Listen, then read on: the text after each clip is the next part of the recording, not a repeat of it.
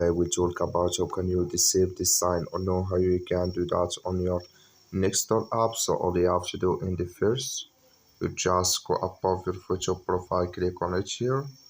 So then it's going to show for you a list like this here. Then you just click here on settings. So then it's going to take you to this list. You just click here on notifications here. Then it's going to take you to next step here. Just waiting here to open with you.